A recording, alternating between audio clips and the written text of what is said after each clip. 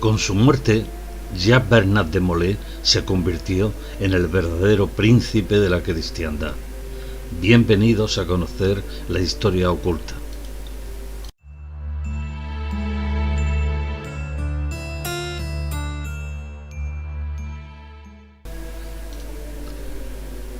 El 21 de noviembre de 1307, el pontífice Clemente V, Papa 195º de la Iglesia Católica, sometido al chantaje del monarca francés, redactó la bula Pastoralis Praementiciae, ordenando a todos los príncipes cristianos arrestar a los templarios en sus feudos, basándose en una lista de 13 cargos acusadores, y si no lo hacía, el monarca Capeto amenazaba con abrir un cisma en el seno de la Iglesia.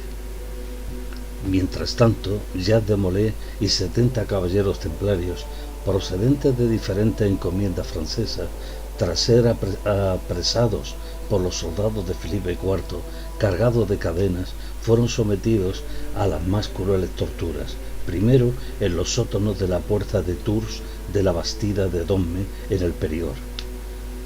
Durante ese angustioso cautiverio, los templarios realizaron con su propia sangre una serie de grafitis en las paredes de las cárceles, que usaron como un código secreto a modo de figuras geométricas: el octógono como interpretación del Santo Grial, el triángulo coronado por una cruz para el Gólgota, el cuadrado para el Temple, mientras que los círculos como símbolo del encierro. Un arqueólogo ha estudiado detalladamente las numerosas señales gráficas que se conservan en los muros interiores de las mazmorras de Domme, llegando a la conclusión de que se trata de frases vengadoras, de sufrimiento, cargadas de invocaciones desesperadas en medio de toda clase de claves ocultas que apasionan y sobrecogen a los medievalistas en general y a los amantes de los templarios en particular. Después, en la primavera de 1308, todos estos desdichados, en agónicas condiciones humanas, serían conducidos a un nuevo calvario: las mazmorras de las entrañas del donjon de Coudray, de la impresionante fortaleza de Chinon, en la Turena, donde los caballeros templarios dejaron otros grafitis no menos interesantes y cuyos sobrecogedores testimonios fueron recogidos en el célebre pergamino de Chinon. En 1309, Clemente V, forzado por el monarca francés, traslada la sede de la Iglesia a la ciudad de Avignon, al norte de Provenza, en el Valle del Ródano. De regreso a París, a comienzos de 1314, Jacques de Molay se retractó de la confesión hecha 7 años antes, aludiendo que sus palabras habían sido arrancadas por la violencia del verdugo, además de proclamar la inocencia de la orden, y esto motivó que se pronunciara la sentencia de su ejecución. Es importante recordar que 113 caballeros templarios habían sido ya asesinados en la hoguera por los soldados del rey francés. Jacques Bernat de Molay, tras 7 años de prisión y torturas, no era ni una sombra de lo que fue. Apenas tenía fuerzas para mantenerse en pie. El preboste, mientras daba órdenes a los verdugos para apilar las haces de leña seca sobre la tarima en torno a un poste, le escupió al anciano: «Rechazasteis la misericordia del rey Felipe, proclamándoos inocente cuando ya habíais sido hallado culpable. Añadisteis el pecado de la soberbia a los que ya poseíais, y os condenasteis a vosotros mismos y a los templarios a la desaparición». «Ya no existen, mis hermanos ya no existen», replicó el anciano, moviendo con dificultad su cabeza. «Sin embargo, la orden vivirá para siempre». «Es voluntad del rey y de su santidad que la orden sea erradicada y su nombre sea maldito y caiga en el olvido», repuso el preboste.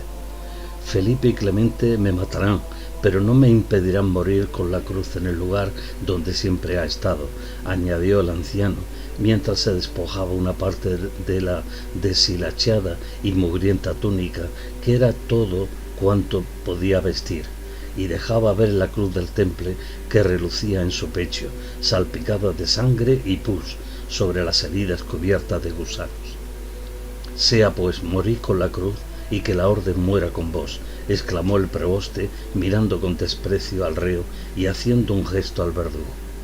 El encapuchado llevó a Molé a empujones hasta la base del poste, rodeada por las haces de leña seca.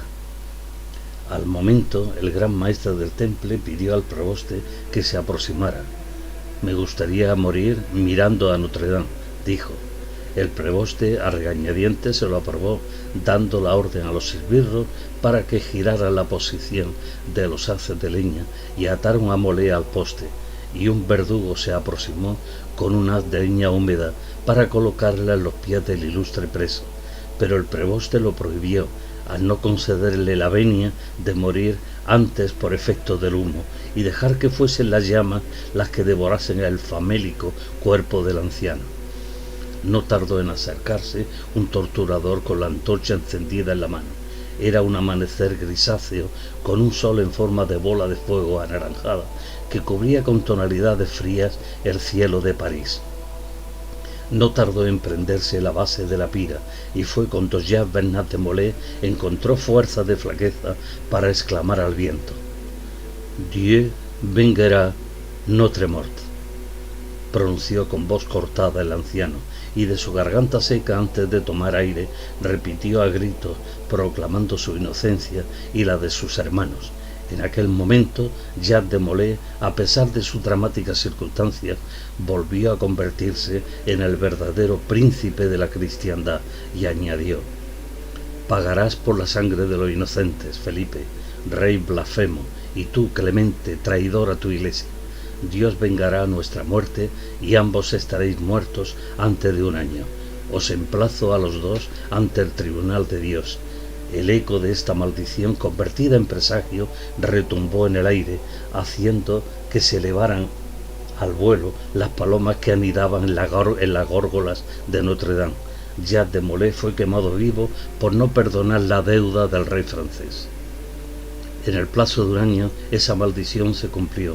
El Papa Clemente V fallecía el 20 de abril en Rochemort, Provenza. El alquimista y médico mallorquín Ramón Llull fue llamado a toda prisa, pero su barco naufragó antes. En el pórtico de la Catedral de Burdeos se alza la estatua de este pontífice, la cual muestra que le falta la mano derecha, arrancada por unos vándalos, como antaño se hacía a los parricidas. Guillén Imbert, el inquisidor general, el 2 de noviembre, al caerse del caballo. El monarca Felipe IV, el 29 de noviembre, de accidente cazando un jabalí que le derribó, acababa de cumplir los 46 años, y siguiendo la antigua costumbre, fueron los transportadores de sal los que llevaron el sarcófago a la tumba, y finalmente el siniestro Guillén Nogaret envenenado. Junto con el gran maestre, otros destacados miembros de la orden fueron quemados en la misma hoguera, entre ellos Hugues de Perot, Godofredo de Gorneville y Godofredo de Charny. Desde entonces, la leyenda de los caballeros templarios sigue y seguirá viva en las mentes limpias y humildes del mundo occidental, protagonizada por aquellos monjes y valientes guerreros, defensores del Santo Sepulcro, promotores en su tiempo de un ideal de vida que hoy, más de 7 siglos después, muy bien podría ser actual. Podéis dejar en los comentarios los temas que os gustaría que publiquemos en próximos vídeos. Que la nobleza, la fuerza y la humildad sean vuestros principios, non nobis.